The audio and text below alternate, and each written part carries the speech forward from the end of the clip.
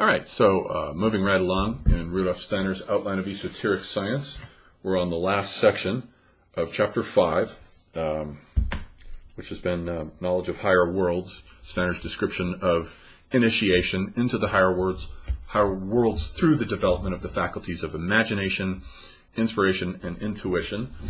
And now this last 20 pages is very difficult to understand, and it's a little weird too, but not if you... I think what's really happening here is that he's basically talking about the same spiritual structure. What he does here is he shifts from high philosophical conceptual mode that he's inherited from German idealism into, in this case, back into his mythological mode. He does this back and forth, ambidextrous, bipolar switch back and forth where he's speaking in high German conceptual discourse, sometimes more left brain, and then sometimes more right brain, where the images are mythological and hence pictorial. In this case now, in the last 20 pages, he's shifting back to the mythological idea, with his idea that when one takes on the path to higher worlds, to knowledge of higher worlds, to supersensible cognition, one has to encounter a couple of beings. One is the guardian, the lesser guardian of the threshold, and the other will be the higher guardian of the threshold. But the first encounter, all of this, it lights up. It's very difficult to understand as you're reading it, but it lights up if you compare it with Dante and the structure of Dante's cosmos with the Inferno and the Purgatorio and then the Paradiso. With the Inferno, Dante is guided by Virgil, who takes him by the arm down through the center of the earth, which is a series of concentric rings, getting down, like an apocalypse now, to the heart of darkness at its center, where Satan, instead of Kurtz, is upside down. And so they have to kind of go right side up to peer at his three faces, which are the inverse mirror of the Trinity. And then they proceed onward up Mount Purgatory, which is at the bottom of the earth and represents all the earth that has been displaced by Satan when he crashed into the earth as a meteorite. He crashed into it and drove that hole into the center of the earth. This is the earliest origins for later narratives in the 19th century, like Jules Verne's Journey to the Center of the Earth. Dante was there first, back right around the year 1300, doing this. And so the displaced earth now forms Mount Purgatory, like a nipple at the bottom of the earth. And so with the Purgatorio now, they have to ascend up a spiral that's ascending now, not descending, where each person is performing certain tasks for certain sins that they have committed. Now they don't have to stay stuck in hell. They can do this purgatorial process. Like if you remember the movie The Mission, it's a 1980s Roland Joffrey, I forget his last name. He sort of disappeared, with Robert De Niro and Jeremy Irons playing a priest, and they're in the South American jungles dealing with the Native Americans there. And De Niro has murdered, I think, one of his family members, either his best friend or his brother, in a jealous fight. And so what he does is he does penance for this by, as they're ascending up the mountain to this priesthood's place, he carries a sack over his back that's full of heavy weights. I forget whether it was like metal or stones or whatever it was. It's been a long time since I've seen the movie. But that's an image of purgatory. He's determined to have that weight on his back to get up that mountain, to eventually then get rid of it. But he's got to go through the purification process in order to get there. And then so finally Paradiso is when they reach the top level of the mountain, and the Garden of Eden is there. And then Beatrice, Dante's beloved girl that he fell in love with, is there. And Virgil has to leave because Virgil is reason, and reason can only go down through hell and up purgatory. It's not allowed in the realm of revelation, which is the realm of the spheres. So now Beatrice leads them in the Paradiso through the layers of the concentric spheres encasing the earth like hollow shells, inside which the planets move as they turn, the wanderers, the planetary wanderers, until it concludes with the beatific vision, and Dante sees the white rose of heaven that is composed of jillions and jillions of angels at work doing cool stuff. So think about that image as a structural analogy, but then you can also take that spiritual morphology and rub it up against Jung's idea of the individuation process, in which the first phase is the encounter with the shadow. Your own shadow is that part of your psyche which you is down in the unconscious because it's not the favored function. If you're a thinking type, feeling will be the shadow function, which you will then project out onto people who have feeling as their differentiated function and thinking as their shadow function. This is how we attract people in Jung's theory, how they hook together. Or you might have developed sensation and be a jock, an athlete, a soldier, a Mars figure, basically, for whom the opposite intuition, let's say a Mercury figure, is the opposite, a poet, a writer, a visionary. Those two are going to make projections on each other as well. And so that's part of the whole process of individuation. And the first thing is the encounter with the shadow, who is the same sex as you are. And this corresponds more or less to Dante's Inferno. It has to get dark before the light comes. So you've got to work through the darkness. The shadow side of your personality that lies buried in the unconscious, and which is contained of all the components that you have disowned or don't identify your conscious ego with. But they have to come up. They have to be brought up. Otherwise, you just keep projecting them onto people. I don't know why I don't like this guy. He just makes me nervous. That's a projection of the shadow.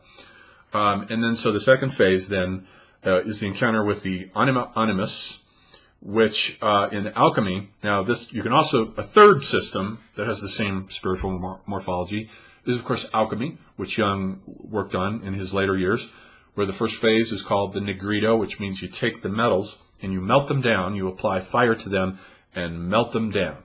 That corresponds to a disintegration of the ego, basically, to the encounter with the shadow, to Dante's Inferno.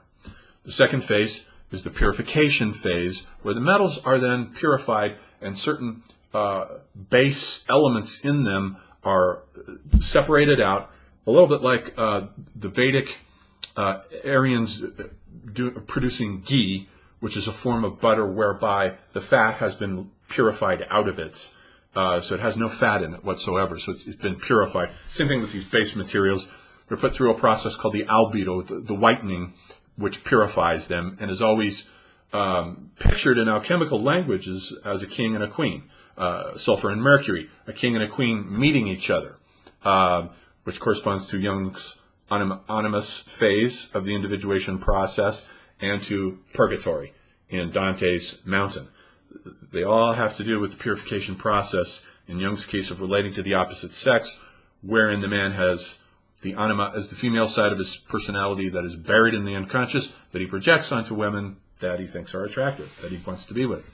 And vice versa with women and the animus figure, the male part of their psyches. There's always another couple involved in any given male-female relationship. And then finally is the rubedo, the stage in alchemy, the reddening, whereby the child, the offspring of the union of sulfur and Mercury, the king and the queen, is the philosopher's stone, which will then give you the ability to transform base metals into gold, or in other words, to extract spirit from matter. And that's basically what Steiner is doing in this chapter. That corresponds then to the Jungian encounter with the self, which usually begins first with the appearance, the spontaneous appearance in your dreams of mandala, quadrated images, which represent the core nucleus of the psyche, the self. The encounter with the self, which is also, for Jung, the God idea, which is bound up with it. This corresponds to the paradiso and the vision of the final mandala of the white rose. So all three of these spiritual systems are morphologically analogous, and I think they can all be rubbed up against Steiner's vision here. And the concluding 20 pages, very difficult to read and understand, of this book here, chapter 5. Because what's going to happen is the encounter with the lesser guardian is basically equivalent to the encounter with Jung's shadow. So what Steiner says is that when the initiate first begins to move into the supersensible realms through cultivating imagination, inspiration, and intuition, and they don't necessarily, unlike, let's say, a Ken Wilber type model, they don't have to be gone through in a linear fashion. He says you can work on inspiration before and only have a few imaginations. You can develop intuition more. There's no particular order for the development of these higher faculties, so keep that in mind. They are just part of the soul spiritual world, not the physical plane. So Steiner is trying to do the same thing the alchemists were doing, which is to take the physical plane and extract the spirit from out of it. Because Ahriman is the god of matter who occludes and hides the soul spiritual world from us and tricks us into thinking that the illusion that we're seeing, that matter is the only thing that's real, it is an illusion. But this first encounter with the guardian of the lesser guardian of the threshold, as you first move into the spiritual world, you experience this resistance, and it's in the form of a double. And the double is your old I, because the new I is beginning to splinter off mitotically as it moves into the supersensible world. And now you're going to have to encounter the old I, which is your double, your Ka, basically. He doesn't use that word, but it's the same idea as the Jungian shadow, the Egyptian Ka. The encounter with the double, and the double is an image that you see. The double is invisible, especially if you feel shame. If shame is a part of your makeup as you move into these higher worlds, that can make, on the physical plane, your double invisible. But not so in the supersensible world, where the double does become visible, and the double personifies and has all of your likes and dislikes, antipathies and sympathies, all of your karma in it, including the samskaras, which are karmic scars that have been carried over from lifetime to lifetime. All of that becomes visible in the encounter with the lesser guardian of the threshold, which is your old self now, that has to be wrestled with. This double. Very much like, let's say, Edgar Allan Poe's short story William Wilson, or Dostoevsky's short novel The Double, or Jose Saramago's novel with the same title, The Double, which was made into a movie where they changed the title. I think they called it Adversary for some reason. But the encounter with the double is the first thing Jung says, or rather Steiner says that has to take place here. Because if it doesn't, he says, if it doesn't take place and you enter these higher realms, you won't be able to tell the difference between truth and falsehood. So all of this is about determining what's real and what isn't. And if you don't encounter the double and deal with it, your shadow side, then when you go into this realm, you might suffer, I suppose, inflation. He talks about Luciferic forces that are bound up with this double. And Luciferic forces are always prideful forces. Look at me, I'm spiritual. I can float above the world. I can defy gravity. This kind of what Jung would call inflation, which is the same thing here as this kind of Luciferic influence that's infected the old self, which makes that evident to you as you move into this world. And you have to move beyond the shame and guilt and all the negative feelings that the encounter with the lesser guardian evokes in you. You actually see this being, according to Steiner, you actually see this being as you which becomes visible as you enter into supersensible planes of cognition. That being is there. But then there comes a point, if you can get past this encounter and own these parts of your old self, which are still nonetheless part of who you were, now comes the encounter with another double. There's another threshold guardian appears that he will call the encounter with the greater guardian of the threshold, which is actually your higher self, but at first in disguise as a series of obstacles.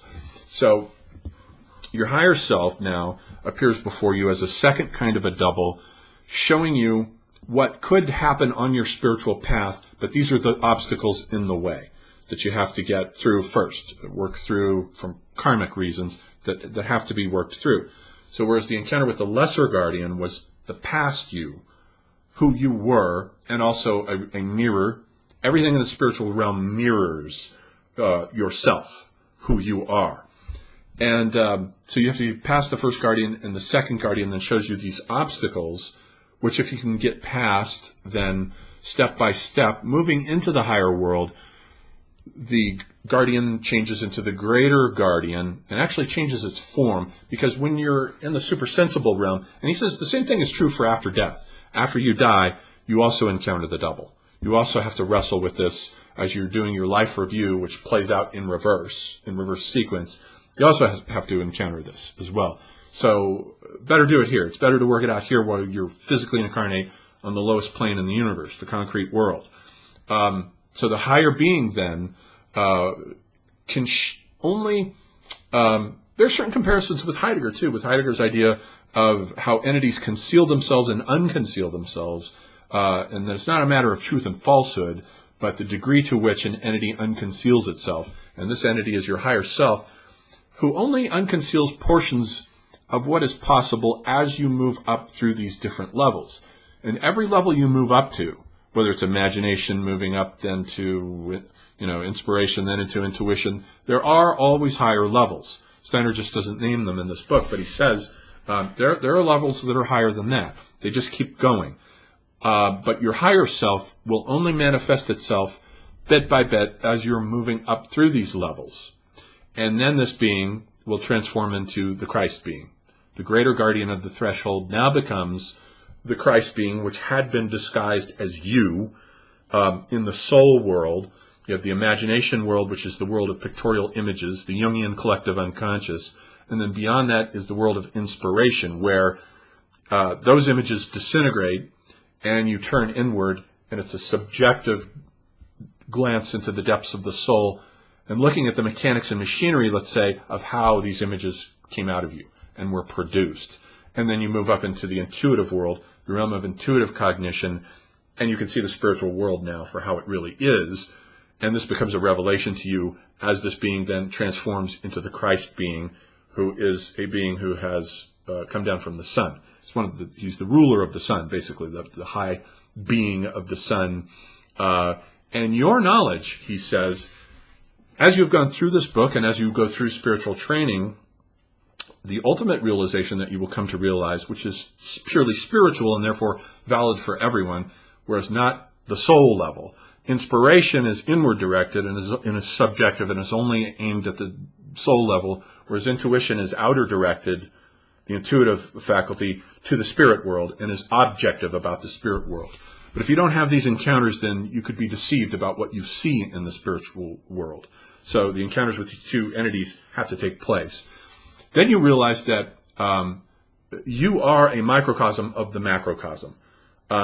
Each aspect of your subtle bodies, for instance, Steiner says, you can't understand your physical body unless you understand how it evolved from the Saturn phase into the sun phase, into the moon phase, and now into the earth phase. You can't understand the etheric body without understanding how it evolved from the sun phase, the moon phase, and the earth phase. Or the astral body, yes, to how it evolved from the moon phase to the earth phase. Or the I, the ego, how it is now evolving through all the different post-Atlantean epochs, which are developing aspects of it, the intellectual soul, the consciousness soul, and the sentient soul.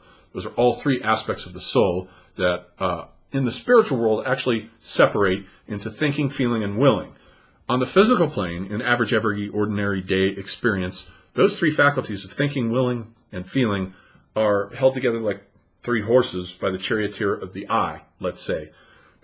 So the I, it keeps them close together on the physical plane. But once you enter into these higher worlds, through these exercises, these three elements, thinking, feeling, and willing, separate, and they are transformed from forces, as they are forces of the soul on the physical plane, into actual spiritual beings.